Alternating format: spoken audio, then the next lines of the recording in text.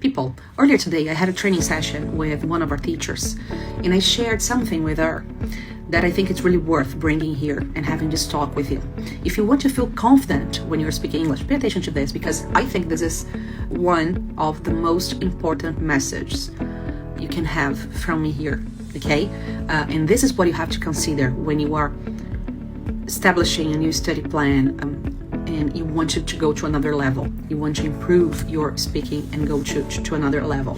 What happens?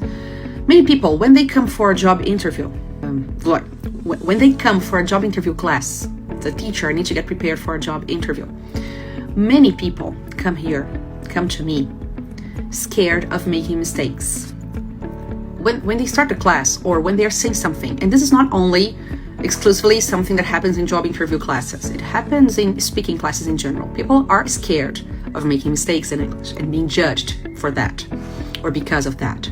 What I tell my students, and this teacher today, she said, oh my God, that's true, that makes total sense, is that unless you are applying for a position as a job, as an English teacher, and then I'm going to analyze your English in details. But for all if you are an engineer applying for a position as an engineer, if you're a software engineer, software developer, or anything like that, people are not going to judge you by your mistakes. But in the job interview process, or in the company, if you're participating in a meeting, in a project in your company, people are going to analyze if your English is good enough for you to be part of the solution to solve a problem, or if your poor English is the problem itself. Do you understand that?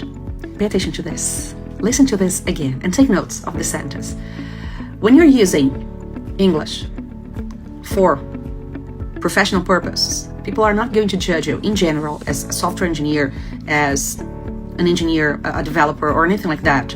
People are not going to judge you by the mistakes you make. People are going to analyze if your English is good enough to contribute with the solution for the problem that the company has, and not to be the problem. I will say this again because it cut the other story. People are going to analyze you in your speaking, in your English, from the perspective that if your English, no matter how poor or how advanced it is, but how much your English in your communication helps with the solution, contributes to the solution of the problem. And it's not the problem itself. Did you get it? I know I'm repeating this today in these stories, but this is important. Have a communication in English enough to be part of the solution, not to be the problem itself.